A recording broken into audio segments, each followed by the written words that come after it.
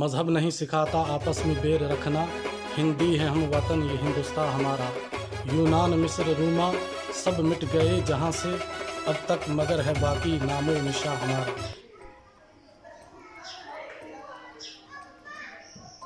अल्लाहु अकबर अल्लाहु अकबर अल्लाहु अकबर अल्लाहु अकबर।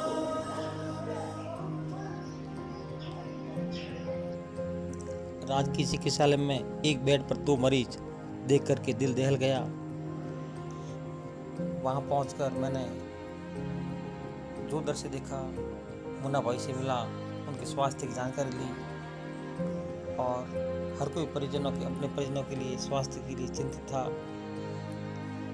उनके स्वास्थ्य के संबंध में मैंने प्रशासन से बात की, हॉस्पिटल स्टाफ से बात की और राहत पहुंचाने का काम किया। इस दौरान मैंने राजकीय चिकित्सालय के ऑक्सीजन प्लांट का भी निरीक्षण किया। वहाँ पर ऑक्सीजन प्लांट में मेरे सहयोगी मौलवी रहमतुल्लाह ने मेरी हौसला अफजाई की और पूरा सहयोग दिया।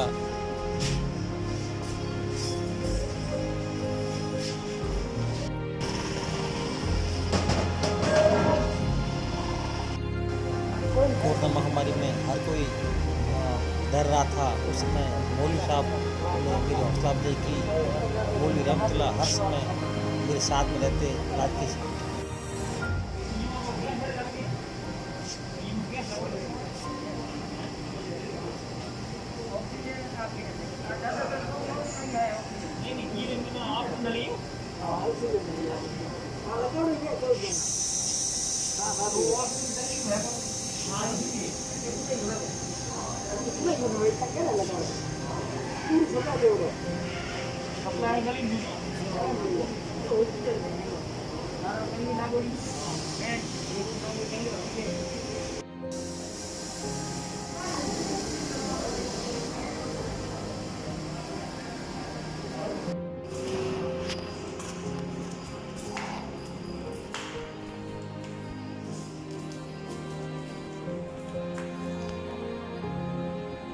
मुनाफ खान है, तिलक नगर में रहता हूँ।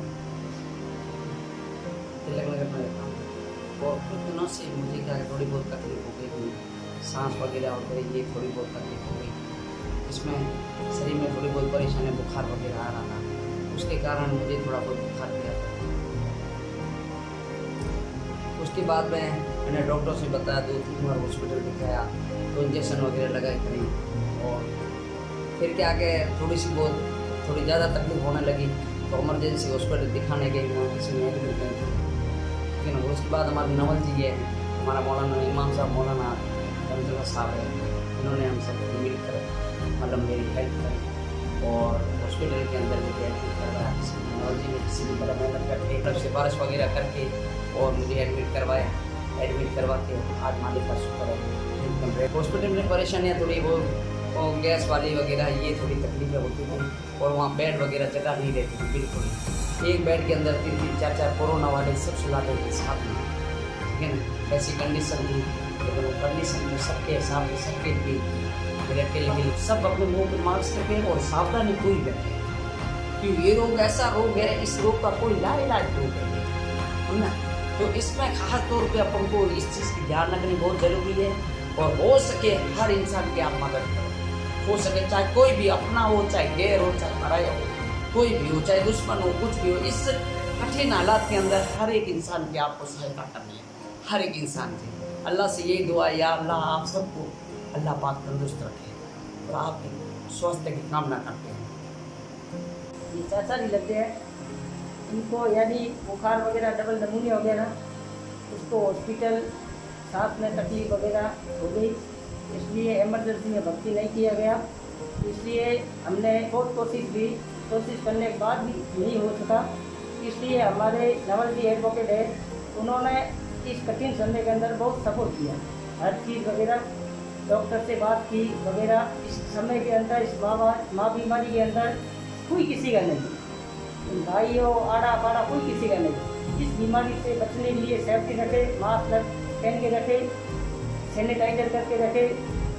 दूसरा मैं यही कहना चाहता हूँ भाई सहने से, कोई भी इंसान हो, बस किसी भी धर्म और जाति से कोई चीज़ लेना देना नहीं, इससे हर इंसान की मदद करें, अच्छा है। मैंने ऐसे ऐसे लोग देखे हैं तो माई हो भाई हो कुछ भी किसी डेड बॉडी वगैरह किसी के साथ नहीं रहे, इसलिए कोई तकलीफ कोरोना पेशेंट होते हुए भी उनके हाथ वगैरह कुछ नहीं लगाते, ना कोई दवाई वगैरह कुछ नहीं, वो करते थे ओनली नर्सिंग वाले कंपाउंडर वगैरह, बाकी कोई किसी का नहीं। डॉक्टर एक बार सुबह आते थे, ओनली देख के फाइल वगैरह देख के बस चले जाते थे। अभी नर्सिंग स्टाफ था, वही करने वाले वही सब कुछ है। मोहल्ले के अंदर लमसम 3-4 डेथें हो गई इस बीमारी के कारण, यानी फेफड़ों में सामान्य कम से कम 5-7 हो चुकी है। इसलिए यही कहना चाहते हैं कि इस बीमारी से सावधान रहिए। ये हमारे साथ देने वाले नवल जी एडवोकेट है, इन्होंने हमारा बहुत साथ दिया हर चीज़ वगैरह, मुसीबत में हालात वगैरह देखते हुए भी, भले आड़ा बाड़ा वाले कोई भी इंसान हो, कोई भी इंसान ने सपोर्ट नहीं दिया। यही मैं नेगेटिव आने के बाद में भी लोग मुझसे इतनी घिन करते हैं, ठीक है ना। और जिन बेचारों को है उनकी क्या कंडीशन होगी। आप सबसे यही रिक्वेस्ट है, मेहरबानी करके किसी से कोई घृणा मत करें, किसी भी तरह की कोई घृणा मत करें, और मेहरबानी करके उनका किसी भी तरह आप सहयोग दें, ठीक है ना। अपन से यही कहना चाहते हैं। रमज़ान शरीफ के इस पवित्र महीने के अंदर हमारे मस्जिद के मुअज्जिन जनाब मुनाफ खान, उनको बुखार और सांस के अंदर तकलीफ़ होना शुरू हो गई थी। जब ज़्यादा सीरियस होने लगे तब उन्होंने अपने परिवार वालों को ये संदेश दिया, तो कोई उनके नज़दीक आना नहीं चाह रहा था, हर एक इंसान अपनी जान बचाने में लगा हुआ था। उसी वक्त फ़ौरन मुझे मैसेज आया इस चीज़ का, और मैंने नवल जी से इस चीज़ का मैसेज पहुंचाया, तो नवल जी ने फ़ौरन कहा, मौलाना साहब इस चीज़ की कोई फ़िक्र नहीं करनी है, और आप जल्दी, मैं उनके घर आ जाता हूँ, आप भी पहुँच जाओ और अपन तत्काल हॉस्पिटल चलते हैं। नवल जी के साथ हम दोनों मिलकर उस मरीज़ को लेकर जब हॉस्पिटल पहुँचे, वहाँ जाकर देखा तो इमरजेंसी वार्ड का ये हाल था, एक बेड के ऊपर 3 से 4 लोग सो रहे थे, वहाँ कोई किसी की सुनने वाला नहीं था। तब हम नवल जी किशोर लीलावत जी ने, एडवोकेट साहब ने फ़ौरन अपने लेवल के ऊपर और अपने मिलने वालों से, बड़े अधिकारियों से बात करके अपनी पावर से फ़ौरन वहाँ पे हर चीज़ की व्यवस्था कराई।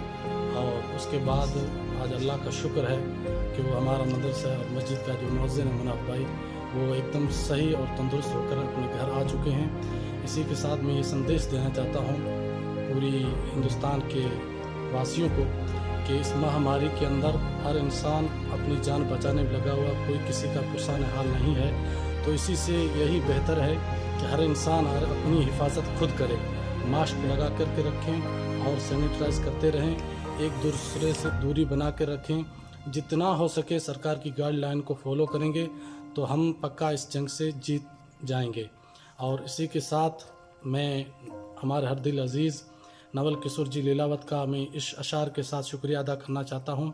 अल्लामा इकबाल ने कहा, मज़हब नहीं सिखाता आपस में बैर रखना, हिंदी है हम वतन ये हिंदुस्तान हमारा, यूनान मिस्र रूमा सब मिट गए जहाँ से, अब तक मगर है बाकी नामो निशा हमारा। इसी संदेश के साथ मैं पूरे हिंदुस्तान वासियों के 36 कौमों से मैं गुजारिश करना चाहता हूँ, इस महामारी के अंदर अगर आपका पड़ोसी का चाहे किसी भी मज़हब का, किसी भी धर्म का मानने वाला है, तो तुम्हारा फ़र्ज़ बनता है सबसे पहले उस महामारी के अंदर उसकी जाकर के तुम मदद करो। ये सबसे बड़े इंसानियत का ये संदेश है। इसी के साथ में हमारे हर दिल अजीज़ अली जनाब नवल किशोर जी लीलावत एडवोकेट का दिल की अथाह गहराइयों के साथ शुक्रिया अदा करता हूँ। अल्लाह हाफ़िज़। हमारे मुन्ना भाई मोहद्दीन मस्जिद के थे, वो बीमार हो गया, उसकी बहुत तबीयत खराब थी, तो आड़े पाड़े वाले सब हाथ काट दिया, किसी उसके नेड़ा कोई भड़का बाला कोई नहीं गया। तो उसकी ऐसी हालत गंभीर हुई कि उसके पैसे मैं गया लीला और नवल किशोर के पास में, उसको मैंने फ़ोन किया, वो यहाँ आया और आके उसको ले गया, उसको एडमिट कराया, ऑक्सीजन चढ़ाया। सब ये लीला की मेहरबानी है, और सब ये हमारे पाड़े का मौजूद लीला हाजी पे अपने वकील साहब और हमारे लिए सब आधी रात का तैयार है।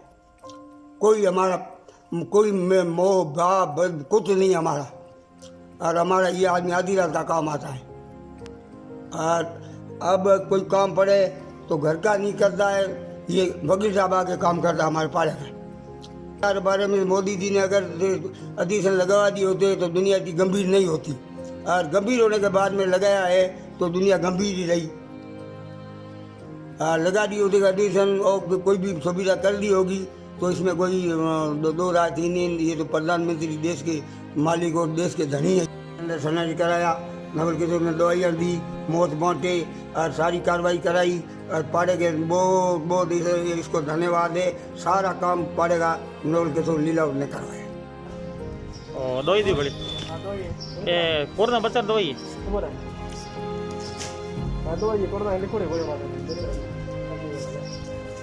ठीक है नहीं कोरोना बच्चा वाला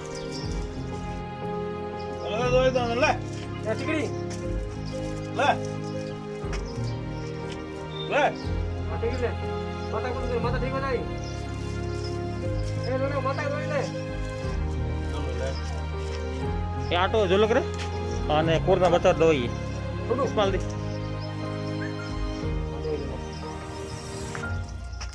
दवाई तिकडे बुखार आओ तो आ देनी है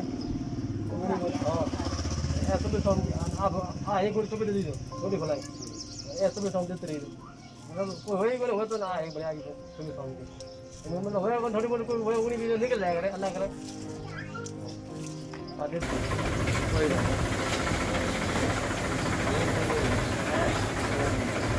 आयो हमें रोक के भाई चालू रह गया मोटर चालू रखो वही कभी तो नहीं ना कहीं नहीं है कोई